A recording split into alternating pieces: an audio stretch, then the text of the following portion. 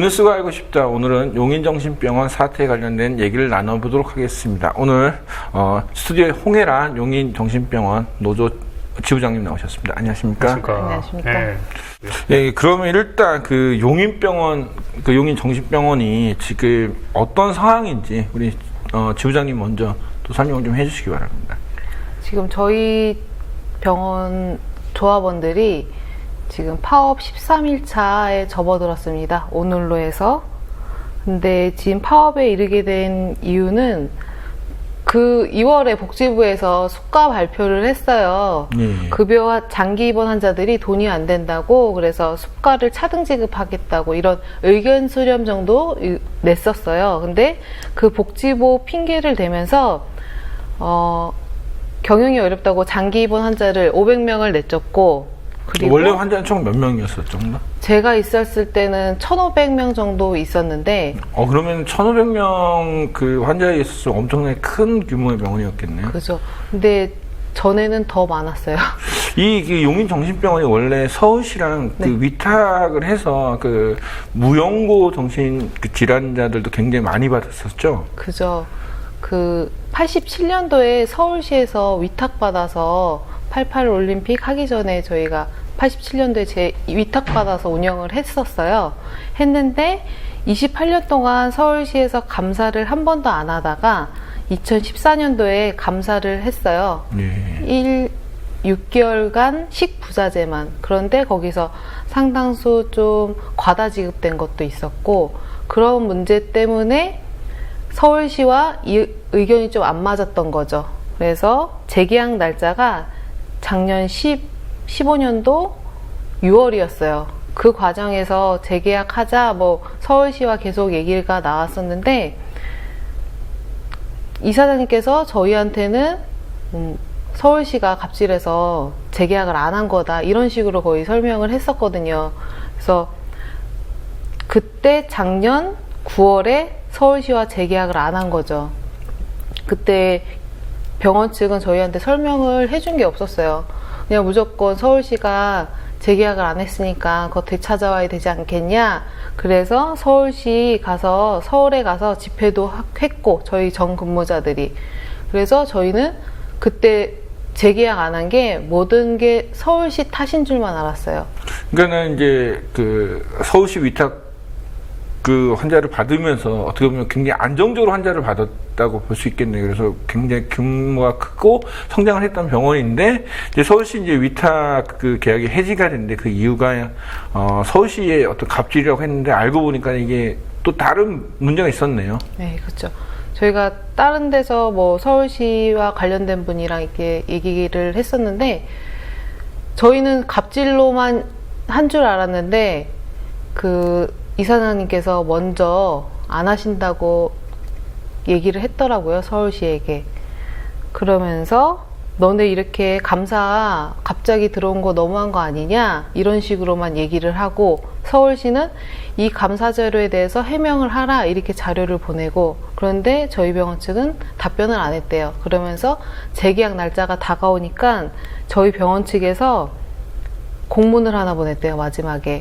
너네 우리 땅 밟으면서 지나다니는 거 연 7천만 원에 통행료를 내라. 그리고 3년씩 재계약을 했는데 3년 말고 5년으로 늘려서 재계약을 해라. 그리고 감사 들어오기 전에 3개월 전에 연락을 해라. 안 그러면 이 모든 거를 어겼을 때는 너네는 우리한테 5억을 지불해라. 여기에 사인을 하면 재계약을 한다고 이렇게 얘기를 했더라고요.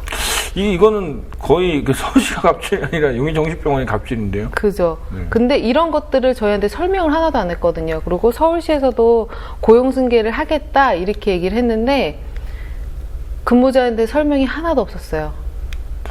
그러면 이제 이렇게 된 배경 중에는 이사장이 있을 텐데, 그 이사장이 그 경영 3세? 그러면은 처음 그 설립한 사람의 어떤 손녀가 되는 건가요? 그 설립자의? 그죠. 그 이사장 아버님이 계시는데, 이충수 지금 고모님이시거든요. 그분이 좀 파킨슨 질환을 앓고 계셔갖고, 좀 일찍 이사장님께서 27살에 빨리 받으셔갖고 경영을 하기 시작한 거죠. 원래 젊은 사람이 경영을 하게 되면 더 상식적이고 뭐 나이 드신 분이라면 사실 뭐 그동안 해왔던 게 있기 때문에 밀고 나갈 수 있는데 뭐 제가 볼 때는 이 그 서울시가 요구하는 조건이 부당한 게 아니라 오히려 그 용인 정신병원에서 요구하는 게 이제 부당한데 그러니까 이런 서울시 간의 이 계약 문제 말고 그러면 이제 그 문제를 직원들한테 전가를 하면서 뭐 보통 이제 수순이 이제 경영이 나빠지니까 이제 직원들한테 그 책임을 전가하는 경우가 보통 있잖아요. 그러면은 지금 이제 용인 정신병원 그러니까는 근로자 노동자들한테 어떤 일들이 벌어졌나요, 이제? 그러니까 처음 시작은 그건 것 같아요. 그때 서울시에서 고용 승계를 안 한다고 그래서 우리 근무자들한테 이사장님께서 그랬거든요. 우리 직원들 거기에 83명 정도가 있었어요. 그런데 우리 직원들 다 내가 책임지겠다. 그러면서 환자들이랑 우리 근무자들 다 용인병원으로 넘어왔어요. 한 4개 병동이 있는데 거의 1개 병동은 냅두고 3개 병동 환자를 다 빼고 근무자들 80여 명이 다 넘어왔거든요. 책임지겠다 약속은 했었고 그리고 그때 한참 서류를 돌려서 나는 서울시로 가지 않겠다 다 사인까지 받게끔 했어요. 근데 이 사인도 받는 것도 충분한 설명도 없고 일하고 있는데 와갖고 부서장이 와서 야 빨리 우리 서울시 찾아와야 되잖아 사인 좀 해 이러는 거예요. 그래서 일하는 도중에 야 이게 뭔데요? 서울시 찾아와야지. 그래서 아이고 다 사람들이 사인을 했어요. 그래서 그러면 이제 여기서 이제 서울시의 이제 고용 승계라는 거는 지금 이제 용인 정신병원에서 이제 그 위탁으로 서울시 그 환자들을 돌봤던 직원들은 서울시가 그러면 이제 해지게 됐으니까 뭐 서울시 산하로 고용승계 하겠다고 했는데 그거를 병원 측에서는 막은 거네요, 한마디로. 그죠. 막고 80여 명이 넘어왔어요. 넘어왔는데 그때 분위기도 안 좋고 그래서 한 반절 정도가 다 자연 감소가 됐어요. 그리고 나서 이제 경영이 어렵다 계속 그러면서 12월에 상여금을 안 줬어요. 상여금을 안 준다 이렇게 얘기할 때도 월급 한 3일 전에 통보를 하시더라고요. 그러면서 서울시에서 재계약을 안 했으니까 거기 넘어온 인력들이 잉여 인력들이 많잖아요. 그래서 2월에 43명의 희망퇴직을 받겠다. 잉여 인력이 남으니까 그런 식으로 얘기하셔서 그때 희망퇴직을 신청을 받았어요. 근데 신청한 사람들이 되게 소수예요. 1대1 면담을 하면서 뭐 희망퇴직을 하면 위로금 같은 거 주잖아요. 근데 그렇죠. 막 10년 지난 사람이 막 200만 원, 막 최고 많이 받은 사람이 20, 30년 되는 사람들이 400만 원까지 받았어요. 근데 이것도 희망퇴직도 좀 자기가 하고 싶어서 한 게 아니고 강압적으로. 그래서 한 16명 정도 했고요. 이제 병원 측에서는 자기가 원하는 인원이 감소가 안 됐으니까 그래서 저희가 불안해서 노조를 만든 거거든요. 2월 25일에. 아, 그러니까 원래 노조가 있었던 것이 아니라 이제 그 경영 그 압박을 받아갖고 뭐 해고자가 생기면서 또 희망퇴직자가 하면서 자꾸 이제 이렇게 직원을 감축시키니까 이제 그거에 이제 대응하기 위해서 자연스럽게 이제 노조가 생긴 거네요. 그 전에도 계속 갑질도 심했고 그래서 이건 근무자의 인권도 없고 환자 인권은 뭐 말할 것도 없고요. 그래서 저희가 노조를 설립했어요. 그렇게 설립하고 나서 얘기가 나오자마자 병원 측은 2월에 복지부 수가 얘기를 하면서 장기 입원 환자는 돈이 안 된다. 그러면서 환자 급여 환자 뭐 500명을 퇴원을 시키고 그리고 근무자 150명을 정리해고하겠다 이렇게 발표를 또 한 거죠. 여기서 궁금한 게 그 급여 환자라는 부분이 제가 취재를 했을 때 급여 환자와 보험 환자로 해가지고 병동을 나눠놨습니다. 근데 이게 질병에 의해서 나누는 게 아니라 소위 얘기하는 돈 되는 환자와 안 되는 환자로 나누는데 그 급여 환자에 대해서 좀 설명 좀 부탁드릴게요. 급여 환자. 굳이 왜 급여 환자를 줄여야 되는지에 대해서. 그러니까 복지부에서 발표한 게 왜 외국 같은 정신병원은 입원 환자들이 거의 없어요. 정신과 환자들이 입원을 하면 단기간에 치료를 해서 사회시설로 나가서 생활을 하게끔 그런 시스템들이 다 구축이 되어 있어요. 뭐 외국 같은 경우는. 근데 입원 환자 수가 길어지고 그리고 병원이 늘어나고 있는 거죠.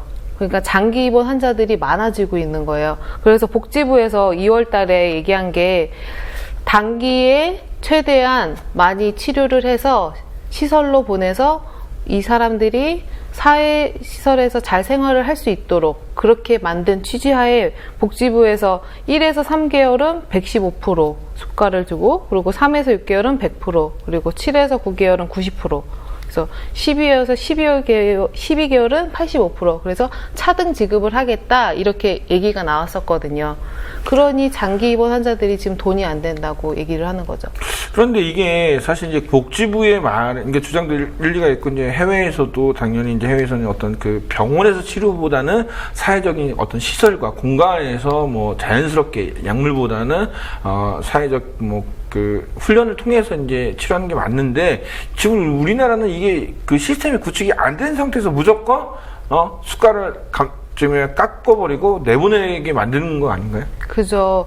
그래서 저희가 이렇게 복지부에서 얘기하는 것도 지금 좀 안 맞죠. 그리고 저희가 2월 25일 날 노조를 만들었는데, 서울시에 있는 센터들이 저희 일주일 전에 노조를 만들었어요.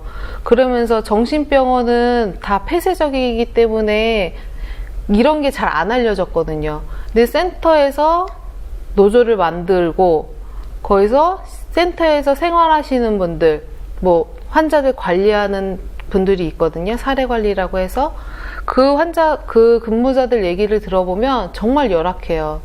그런 뭐 주거시설, 센터나 이런 게 잘 마련되지 않기 때문에 거기도 어려운데, 우리 병원에서도 장기 입원이 도움이 안 된다, 이분들을 빨리 시설로 보내야 된다, 지금 나라에서는 계속 이러고 있는 거죠. 그럼 이제 그 뭐 병원 치료도 제대로 안 된 상태에서 나가면은 더더욱 그 환자분들 같은 경우는 제대로 이제 그 자립이 되지 않고 그 완치가 될 수가 없는 경우가 많겠네요. 그죠. 지금 이분들이 나가서 어디서 있는지도 모르겠고, 뭐 다른 병원으로 갔으면 좀 다행이지만, 우리 지금 이번에 장기 입원 환자분들이 나가서 혼자 생활을 하면 분명히 투약 관리가 안 될 거예요. 그 부분이 바로 우리 지부장님이 네. 그 징계 해고를 당한 이유 중에 하나라고 들었어요. 그러니까 분명히 어디로 나가야지, 그러니까 돈이 안 되는 환자들이, 소위 얘기하는 급여병동의 환자들이 어디로 가야 되는지 모르는 상황이잖아요. 그래서 많이 불안해하고 나가지 않았으면 좋겠다는 그런 의사를 피력하는 과정 속에서 그렇죠. 우리 지부장님이 안 나가도 된다, 이런 의사를 밝혔다는 이유로 네. 좀 이렇게 뭐 해고 사유가 됐다 그러던데. 네. 그러니까 병원 측에서 계속 급여 환자를 내보내고 있더라고요. 뭐 저희 일하면서 컴퓨터상에 뭐 5월 초였죠, 그때가. 그러니까 4월 말이었어요, 그때 컴퓨터로 봤을 때. 근데 5월 초 막 이렇게 해서 5월 13일 퇴원 예정자, 이게 다 떠 있더라고요. 그래서 근데 이 환자 보호자분들이 와서 꼭 나가야 되냐고, 리모델링 하면 그냥 리모델링하고 나 다른 데 잠깐 있다가 하면 되지 않냐고 이렇게 물어보시더라고요. 그래서 그러면 보호자가 동의 안 하시면 안 가셔도 됩니다. 꼭 동의를 안 하셔도 돼요. 이렇게 얘기했더니 자기는 병원에서 리모델링 때문에 퇴원을 해야 된다, 퇴원을 하지 못하면 다른 병원으로 소개시켜 주겠다, 이렇게 설명을 했대요. 이 소식을 들었을 때 진짜 하늘이 뭐 내려앉는 듯한 느낌, 되게 막막했다고 되게 표현을 하더라고요. 그래서 제가 보호자분들 오는 사람마다 이렇게 얘기를 해드렸죠. 그랬더니 저한테 고맙다고 계속 얘기를 하셨어요. 그래서 제가 그 당시에 있던 병동은 옮긴 지 얼마 안 됐었어요. 근데 제가 전에 있던 병동은 거의 3년 넘게 있었어요. 그래서 거기 환자들이랑 뭐 보호자들 면회 오시면 되게 친해지거든요. 그래서 제가 친한 환자분들, 좀 애착이 가는 환자분들 있잖아요. 그래서 제가 전화번호 다 보이니까 전화를 다 했어요. 혹시 병원에서 리모델링 때문에 퇴원 얘기 들었냐, 그렇게 물어봤더니 자기 받았다고, 근데 가야 되는 거 아니냐고 막 이렇게 묻더라고요. 그래서 동의 안 하시면 안 가셔도 됩니다. 그리고 리모델링 뭐 잠깐 하는 동안 다른 병동 갔다가 오셔도 되는 거고, 굳이 원치 않으시면 안 가셔도 됩니다. 근데 그러니까 지금 그 지부장님이 얘기하신 것들은 뭐 어떤 병원 측과는 상의되지 않고 그냥 이제 자발적으로. 그죠. 왜냐면 이 환자들은 투약을 계속 해야 되고 치료가 필요한 환자들이었기 때문에, 또 보호자도 원치 않았고 그런 사정을 다 알고 있기 때문에 이제 그렇게 조언을 한 거네요. 그죠. 저희 장기 입원 환자들이 좀 나이 드신 분들이 많아요. 그러면 보호자들은 더 나이가 많겠죠. 거의 막 80대 넘어 막 이런 분들. 근데 이분들이 전화를 받았어요. 막 시골에서 전화를 받았어요. 그러면 병원 측에서 리모델링 해야 되니까 퇴원하셔야 됩니다. 이렇게 하면 선택할 권리가 없다고 생각하시더라고요. 그래서 또 막막하시겠는지 뭐. 그래서 제가 설명을 하면 너무 고맙다고. 그러니까 지금 보면은 보험 병동과 급여 병동이 두 가지가 있는데 급여 병동에 있는 환자들만 리모델링이라는 이유로 지금 다 나가라고 병원에서 종용을 한 거네요. 그죠. 그 과정 속에서 우리 지부장님은 안 나가도 된다. 보호자의 동의가 없으면 네네. 그걸 밝혔다는 이유로 징계를 받으신 거고 거기에 따른 해고가 된 거고요. 네. 그러면 여기서 이제 포인트는 이 급여 병동을 리모델링 한다는 게 소위 보험 병동으로 바꾼다는 건가요? 급여 환자가 돈이 안 되니까 환자들을 내보내고 그래서 보험 환자로 좀 채우겠다고. 근데 여기서 이제 보험 환자라는 거는 개인 보험 네, 건강보험 환자들. 그러니까 지금 일부 이제 그 급여 환자들 같은 경우는 지금 특히 예전에 서울시에서 위탁을 받았기 때문에 이제 무연고 그 환자들이나 이런 부분들이 있기 때문에 그분들이 이제 많이 좀 얘기를 포함이 되는 거죠. 그러면은 결국은 이 그 지금 용인정신병원은 그러니까 아예 이제 돈 되는 환자만 뭐 이제 케어하고 나머지는 다 뭐 한마디로 이제 쫓아내겠다는 그런 상황이네요. 그죠. 그래서 여기서 더 놀라운 점이 뭐냐면은 취재 과정 속에서 이제 여러 간호사 선생님들을 만났는데 하나같이 하는 말들이 급여 병동과 보험 병동 사이에서의 차별이 심각하다. 그죠. 특히 사람이 밥 먹는 거 가지고 참 치졸하면 안 되는데 반찬 그리고 짠지. 맞아요. 그리고 사람들이 이제 환자들이 급여 병동 환자들이 먹을 게 없으니까 결국에는 밥만 이만큼씩 먹고 반찬은 요만큼이니까 그렇게 먹는다는 얘기를 들었어요. 온수뿐 아니라. 그죠. 저도 처음에 입사했을 때 보험 건물에서 일을 했어요. 근데 보험 건물에서 일하면서 저는 되게 행복했거든요. 그러니까 일하는 게 난 제일 좋았어요. 근데 밥도 너무 맛있는 거예요. 직원 식당보다 더 맛있었어요. 그래서 저는 병동에서 밥 먹고 그랬거든요. 그렇게 일하다가 이제 다른 병동으로 바뀌면서 보호병동 건물로 가서 일을 했는데 뭐 건물은 열악한 거는 뭐 오래됐으니까 뭐 이해한다 쳐요. 근데 밥을 근무자가 모자라서 근무자랑 환자들이랑 같이 해야 돼요. 안 그러면 배식을 할 수가 없거든요. 그래서 배식을 하려고 보면 이건 양이나 반찬이나 이건 진짜 처음 보고 좀 솔직히 깜짝 놀랐어요. 쓰레기 같다는 표현은 좀 그렇지만 솔직히 말해서 쓰레기 같았어요. 생전 처음 반찬, 생전 처음 보는 반찬, 그리고 국이 알 수 없는 반찬. 예, 국이 나오는데 건더기가 별로 없어요. 국물은 많은데 무 몇 개 떠다니고 오뎅 3개씩 이렇게 세서 주고 오뎅 그랬어요. 3개를? 응, 이만한 오뎅 3개씩 세서 주고 김치 요만큼씩 줘야 되고 그러니까 환자들이 상대적으로 배가 고프니까 밥만 이만큼씩 먹는 거예요. 밥만 엄청 그러면 저 급여 병동 환자들은 국가에서 그러니까 병원비를 못 내니까 국가에서 지원금이 나오는데 내는 게 왜냐면 일반인들은 잘 생각을 못하는데 생활보호 대상자들이에요. 그 사람들이 오는 거예요. 그게. 근데 우리들이 왜냐면 급여니 뭐 보험이냐고 했는데 사람들이 실질적으로 일반인들은 잘 급여라는 생각을 못해요. 그렇죠. 생활보호 대상자라고 생각해보는 체감들이 오는데. 그냥 지금 이제 그런 뭐 환자복 찢어진 환자복도 제가 이제 사진으로 보고 네. 막 정말 열악한데 이제 중요한 거는 이런 상황에서 지금 병원에서 이거를 이제 목격하고 이제 이거를 개선하기 위해서 노력하는 이 그 노동자들 이제 노조원들을 굉장히 이제 탄압하고 해서 막 이상한 업무로 이제 좌천을 시키고 여러 가지 일들을 했다고 했는데 어떤 것들이 있나요? 이사장님께서 뭐 근무 외적인 거 시킨 거요? 네. 그거는 이사장님께서 처음 오셔서 병원에 관심이 없었어요. 없고 거의 뭐 젤리샷이라고 그래서 뭐 주사기에다가 뭐 젤리인데 뭐 술맛 나는 뭐 이런 거를 주사기에다가 넣는 걸 그런 작업을 시켜서 그거를 뭐 대학 축제 때나 뭐 락 페스티벌 이런 데 가서 다 판매를 하게끔 시켰더라고요. 그러니까 당시에 근데 취임 이제 이사장이 이유진 이사장이 저랑 또 나이가 똑같아서 제가 또 관심 있게 또 지켜봤습니다. 이제 취재 과정 속에서 참 재미있는 부분이 많았어요. 어떤 점이냐, 감성 경영을 들고 나왔단 말이에요. 네. 그 감성 경영이라는 게 이제 아버지와 할아버지가 이제 1, 2대 같은 경우는 의사다 보니까 좀 병원의 환자에 대해서 이제 좀 더 포인트를 잡았다면은 병원을 호텔식으로 경영을 해서 소위 얘기하는 환자들의 복지를 늘리겠다. 이 과정 속에서 환자들에게 서비스를 제공하기 위해 예스맨이라는 예스팀이라는 걸 만들어서 네. 이제 환자들에게 서비스를 제공한다 그러는데 결국엔 이 예스팀이 거기에 다 인력이 동원돼서 뭐 거의 이사장의 뭐 비서처럼 일을 해왔던 거죠. 근데 그 사람들 얘기를 들어보면 되게 좀 안타깝고 되게 마음이 아픈 게 이 일도 병원 일이니까 그래서 이 일이 잘 되면 뭐 우리도 잘 되겠지. 그냥 내 일처럼 생각하고 다 그 일을 했더라고요. 그래서 뭐하러 거기 가서 그렇게 일을 하냐. 그래서 좀 그랬어요. 남들이 봤을 때는 좀 그렇죠. 근데 다 이게 잘 되면 병원이 잘 되는 거 아니야? 이런 마음이더라고요. 어느 순간 뭔가 좀 불만이라는 걸 많이 느끼실 것 같아요. 이게 한 번 정도는 한 번이나 뭐 몇 번은 해줄 수가 있죠. 근데 그게 어느 순간부터 너무 자주 하게 돼버리니까 이상하네. 분명 우리는 일을 해야 되는데 자꾸 한 명씩 뭐 외근을 가고 출장을 가고 남은 사람들은 남아서 젤리샷을 만들어야 되고 이게 뭐야 이렇게 불만은 품었는데도 어쩔 수 없이 저희는 하라고 하니까 했죠.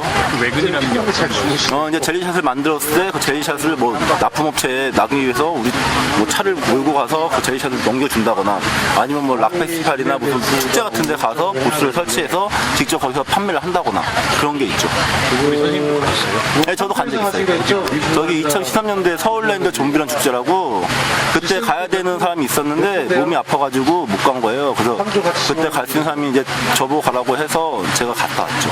또 그래서 그 예스팀도 만나서 좀 인터뷰를 들어보니까 아니 처음엔 정말 자부심을 갖고 활동하고 젤리샷 만드는 것도 그래 할 수 있다 이런 생각으로 했는데 뭐 젤리샷을 팔러 나가고 젤리샷 제조뿐 아니라 네. 그 젤리샷이라는 게 진짜 주사기에다가 술이랑 음료랑 같이 섞어가지고 화려하게 한 다음에 페스티벌 가가지고 파는 건데 병원 직원들입니다 다. 그죠. 그러니까 이게 지금 우리가 핵심 존재해야 될 생각해야 될 부분 이게 저는 이제 병원은 어떤 공공 의료라고 저는 생각을 하거든요. 그러니까는 어떻게 보면은 지금 1, 2대, 3대째의 어떤 그 병원 이사장이지만은 어쩌면 서울시랑 장기 계약을 함으로써 이 병원이 확장이 됐다고 저는 보거든요. 그렇다면 이 공공 의료의 어떤 시설과 역할을 했던 곳이 갑자기 뭐 돈이 되는 환자만 받겠다. 이거는 정말 그 근간을 스스로 이제 포기한다는 건데, 그럼 이제 여러 가지 이제 문제가 생기고 있는데 이거에 대해서 지금 어떻게 이사장 측은 지금 어떻게 뭐 해결할 의지는 있는가요? 솔직히 말해서 없는 것 같아요. 없는 것 같아요. 저희가 교섭을 하면서 저희가 한 3번 정도 교섭을 했고요. 그리고 3번 거부당했고. 아예 근데, 이제 만나지 않는 거죠. 근데 이사장님께서 딱 2번 나오셨어요. 그래서 저 더 이상 병원 측과 얘기를 할 수 없다는 생각에 저희가 지방노동위원회에 조정 신청을 냈었던 거고 그때도 조정회의 과정에서 딱 한 번 나오셨어요. 그래서 더 이상 협상이 안 되고 얘기가 안 통할 것 같다고 생각해서 저희가 파업까지 하게 된 거죠. 이 부분에서 공식적으로 이사장에게 인터뷰를 요청을 했습니다. 좀 정말 만나고 싶더라고요. 너무 기행이 많아서 정말 화려하더라고요. 그래서 정말 만나고 싶었는데 결국에는 만남 자체가 어렵다는 판단이 들어서 이제 총무과에 있는 이제 직원이랑 얘기까지 했는데 우리 용인정신병원은 40년 역사를 갖고 있고 현재까지 직원들 처우 잘 하고 있었어요. 그래서 지금까지 잘 살고 오다가 지금 이제 경영이 어려워져서 월급을 못 주게 되고 그러다 보니까는 이렇게 어려워졌는데 현재까지는 굉장히 잘 진행이 되어 왔어요. 노사협의하고 일하면서. 그랬던 건데 지금 당장 이거냐 뭐 처우가 나쁘다 해가지고 단체 교섭을 하자 대화를 하자 하는데 대화를 뭐 거부한다고 하시는데 이건 지금 직원들의 문제가 아니고 우리는 민주노총과의 대화 같아요. 지금 민주노총의 보건의료노조가 전국 보건의료노조에서 교섭권을 가지고 그걸 하시잖아요. 그래서 이거는 이게 우리 용인정신병원의 직원들의 근무 처우 개선 문제가 아니고 이건 뭐 보건 정책에 관한 뭐 그 개선 방향이고 대한민국 정치가 잘못됐다고선 막 야단치고 그러시는데 우리는 거기까지 나갈 여력은 거의 없어요. 우리 직원들 처우 개선하고 거기에 교섭하고 이런 게 더 중요할 것 같은데 지금 이상하게 휘말려가지고 민주노총하고 이렇게 뭐 단체 교섭해버리는 그런 입장이 돼버렸어요. 그거더라고요. 이렇게 병원에서 40년 전통을 이어온 의 용인정신병원에서 이 병원과 직원들 간에 간호사와 그다음에 이제 보호사 선생님들 간에 이 문제에 왜 같이 외부 노조인 민주노총이 끼어들어서 왜 이 문제를 해결하려고 하느냐? 이런 부분을 지적을 하고 있고, 그리고 급여 환자 변동, 이렇게 시설 간의 차별, 그러니까 환자 간의 차별이 일어난 것도 정신병원 자체의 문제가 아니라 국가적인 정책이 잘못됐다는 걸 지적을 하더라고요. 요는 국가에서 지원금을 제대로 더 그만큼 안 줬기 때문에 이런 차별이 났다고. 근데 이제 원래 이제 용인정신병원이 우리나라 3대 정신병원 중에 하나인 만큼 엄청나게 컸고, 사실은 이제, 정신질환 치료에 여러 가지 뭐 사례도 있었던 그런, 어떻게 보면 학술적, 공공의료적인 역할을 했던 병원이기 때문에 정말 사회적인 으로 좀 저희가 이제 눈여겨봐야 될 부분이었고, 아까 얘기했던 복지부의 그런 부분들도 사실은 이 용인정신병원이 어떻게 잘 하느냐에 따라서 사실 이제 국가 정책도 바뀔 수 있기 때문에 외부에서도 같이 이제 고민하자는 뜻으로 이제 참여를 했고, 그런데 좀 이해가 안 되는 부분이 사실 이제 국가에서 아무리 삭감을 했어도 아까 했던 우리가 이제 군대 얘기하면 흔히 말하는 똥꾸기라고 하잖아요. 정말 건더기 하나도 없는 정말 그런 식으로의 어떤 과거의 정신병원에서는 나올 수 있는 그런 상황이 벌어진다는 게 좀 이해가 안 되거든요. 아무리 삭감을 했어도.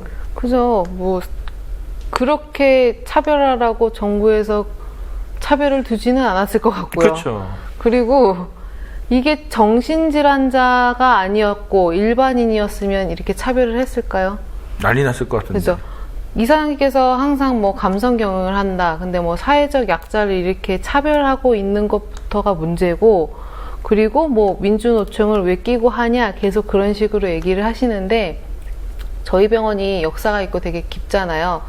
저희 병원 저희 20-30년 된 그 근무자분들한테 얘기를 들어보면 노조를 만들었다가 깨지고 만들었다가 탄압이 엄청 심했더라고요. 그래서 그때 당시 물어보면 항상 자체에서 노조를 만들어서 하다가 좀 유지하다가 다시 깨지고 이런 게 되게 많더라고요. 그리고 예전에 뭐 구사대를 만들어서 기숙사에서 자고 있는 간호사 다 머리끄댕이 잡고 나오고 이런 얘기를 좀 많이 들었어요. 근데 이번에 제가 노조를 만들기를 진짜 결심한 거는, 갑질도 저는 우리 직원들 너무 착하다고 생각하거든요. 그만큼 착하기 때문에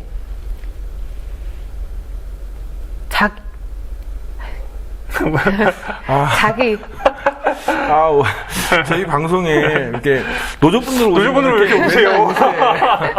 정말 이게 웃으면 안 되는 이게 제가 그래서 우리 지부장님 대신해서 몇 가지 사례를 이야기를 하면은 그 말씀처럼 착하다고 얘기한 게 뭐냐면은, 기본적인 우리 이제 사원증 있잖아요. 그 사원증을 재활용을 해요. 그러니까 그 플라스틱 사원증 7,000원, 8,000원짜리인데 신입 직원들이 1, 2년 차, 제가 처음에 우리 간호사분께서 저한테 사원증을 보여주더라고요. 제 사원증을 보면서 부러운 듯이 제 사원증 보여드릴까요? 이러면서 봤더니 사원증 퇴사한 직원 사원증 플라스틱 직원에다가 출력해서 거기다 덧붙였어요. 그러니까 세수를 하려고 이거를 이제 씻잖아요. 씻다 보면 이제 물에 젖잖아요. 얼굴이 사라져요. 테이프로 덕지덕지 붙여가지고 바꿔달라 그랬더니 이런 거 아껴야 된다고.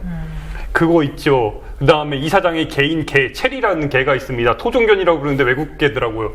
이거 환자들이나 직원들 시켜가지고 밥 주게 하고 산책시키게 하고.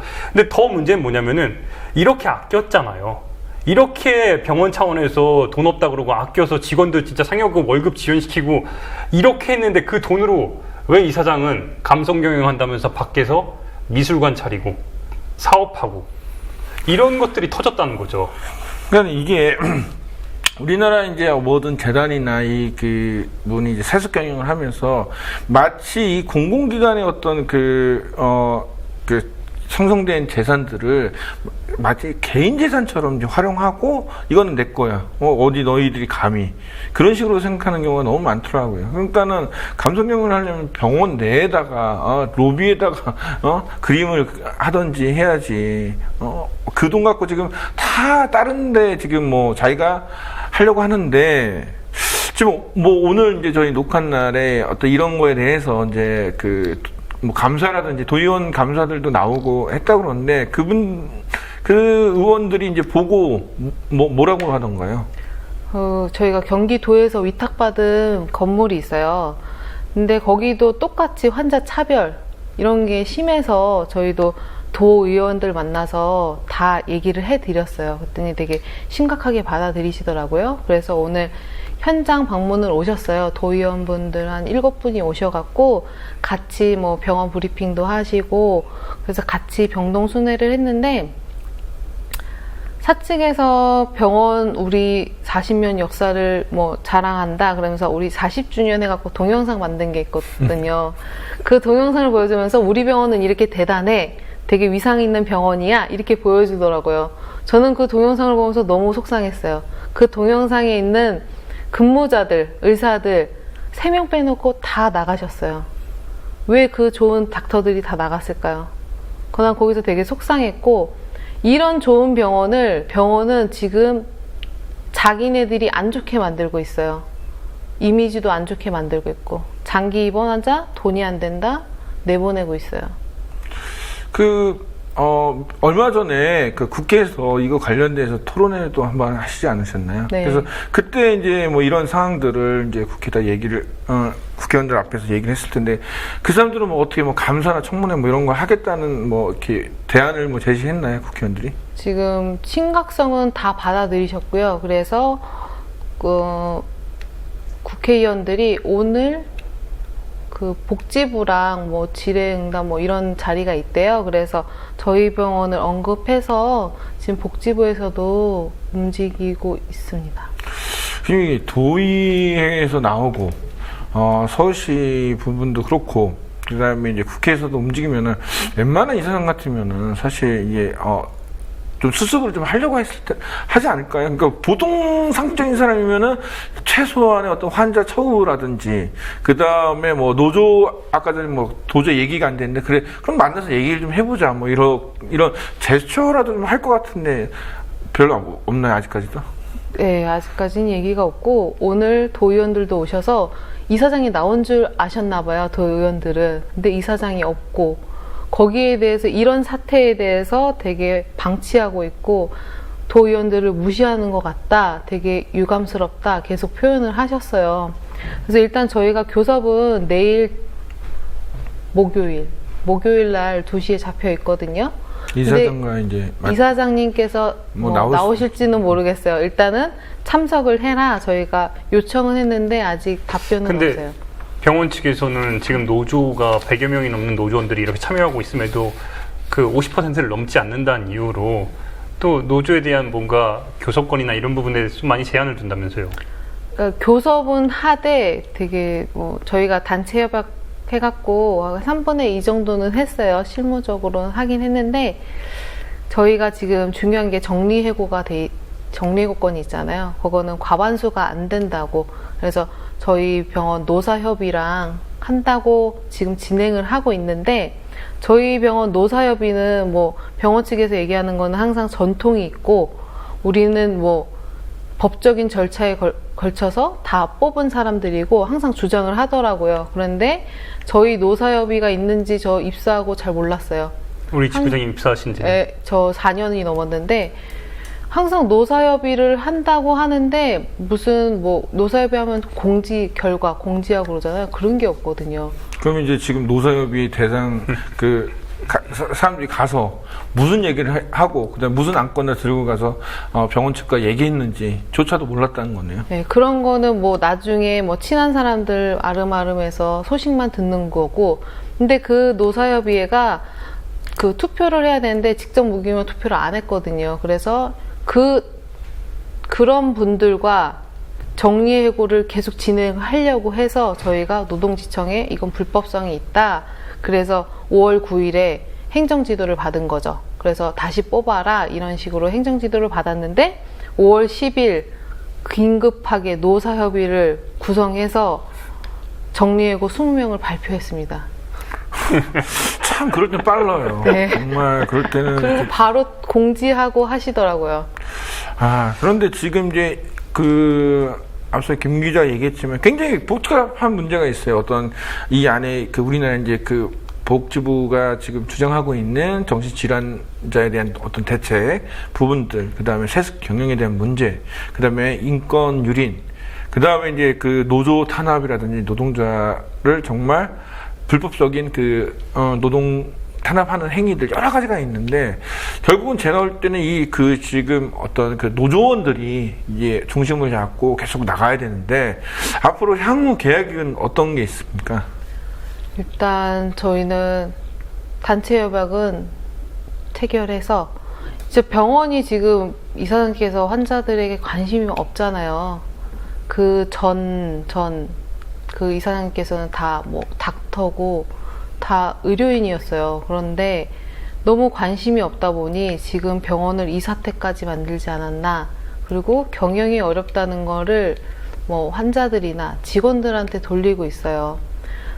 그래서 지금 여태까지 정리하고 진행하고 했던 거 다시 원점으로 돌려서 왜 경영이 어려운가? 저희들이 근무자들이 얘기해서 방안을 마련할 수도 있거든요. 그래서 대화를 통해서 지금 되게 막무가내로 진행을 하는 것들 좀 멈추고 대화를 통해서 좀 병원을 발전을 위해서 얘기를 했으면 좋겠어요.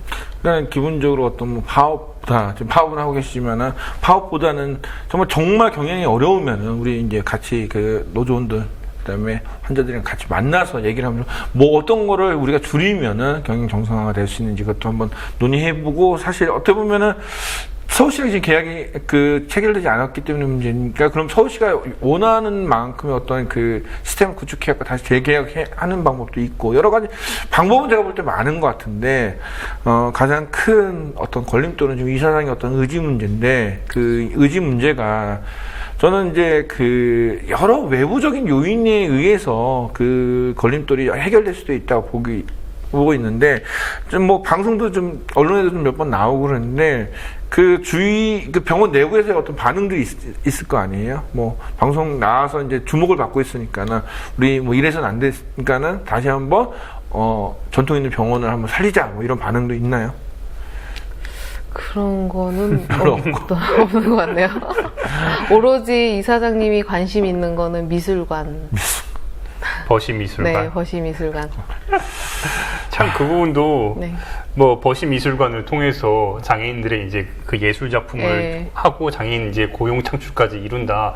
참 뜻은 좋아요. 근데 다만 뜻은 좋은데 얼마나 실효적으로 할 것이며 직원들의 월급이 7, 8년 동안 안 오르는 동안 이사장은 취임하고 나서 900에서 1,400만 원으로 월급이 오르고 과연 자기는 얼마나 뼈를 깎는 노력을 했냐 이거죠. 그렇죠. 그리고 저희가 파업 이르기 전에 3차 조정 때 중요한 시기에 이사장께서는 프랑스로 가셔서 홍수가 났는데 거기 가 계시더라고요.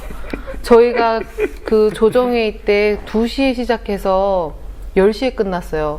그래서 이사장님 사측은 카톡을 통해 대화를 하더라고요. 그러면서 의견을 주면서.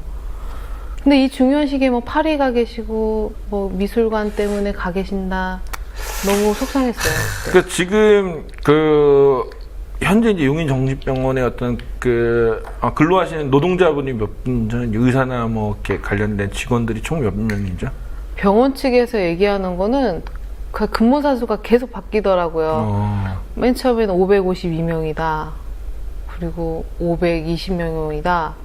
그럼 계속 바뀐다고 얘기를 하면서. 그러면 이제 500명 잡고, 네. 그 다음에 이제 환자는 지금 남아있는 환자는? 환자는 지금 다 퇴원시키고 해서 990명 정도로 지금 떨어져 있어요. 근데 병원 직원이라는 게 500명이라는 게 용인에 있는 그 직원들뿐 아니라 소위 얘기하는 센터 직원들까지 네. 포함하는 거라면서요. 그러니까 저희도 맨 처음에 저희 병원 안에서 일하는 근무자들은 그 저희 상조회의가 있잖아요. 그래서 그 명단이 다 있잖아요. 저희 근무자들 명단이.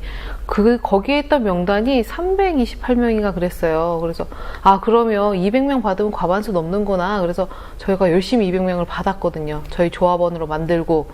근데 갑자기 처음 교섭하는데 너네 그거 숫자 200명 과반수 안 된다. 그러면서 나중에 알고 보니까 센터들이 막 나오기 시작한 거예요. 그리고 정신장애인들 지금 고용해서 청소를 하게끔 하거든요. 그분들도 우리 직원이다. 이렇게 해서 그 500명에 대한 직원들이 나오더라고요. 그러면 이제 대충 따지면 이제 1,500명 치면은 1,500명의 어떤 문명이 달린 일인데 이사장은 프랑스에 가 계시고 정말 이렇게 이 병원 경영과 병원 문제에 신경을 안 쓰고 있는데 이 재단이죠 지금 재단이라면 재단에 관련된 그 법률 조항들이 있을 거 아니에요. 이사회의 원칙들도 있고 이런 부분에 대해서는 뭐 이렇게 변호사의 어떤 자문이나 이런 걸 받아본 적이 있나요? 이게 정리해고를 이제 시작하면서 노무사나 변호사 이제 고용돼서 저희 신관에 사무실도 차렸더라고요. 그래서 법률적인 자문은 받는 걸로 알고 있어요. 그래서 저희 교섭 때도 노무사가 들어와서 같이 교섭을 하고 있고요. 아니, 그러니까 노조에서는 지금 도움받는 곳이 있나요? 네, 저희도 노무사분 계셔서 같이 도움을 받고 있습니다. 근데 이제 얘기가 어느 정도 좀 깊어졌는데 물론 이제 지부장을 맡고 계시지만 우리 지부장님 같은 경우는 징계해고란 말이에요. 그리고 정리해고자도 이제 20여 분이나 계세요. 이제 앞으로 물론 이제 사태가 잘 해결돼야 되지만 솔직히 쉽지 않은데 그리고 월급조차 안 받고 지금 파업이 계속 얼마나 이제 지속될지도 좀 걱정이고 좀 많은 부분들이 좀 걱정이 되잖아요. 개인적으로 이제 그렇죠. 해고까지 이렇게 당했는데.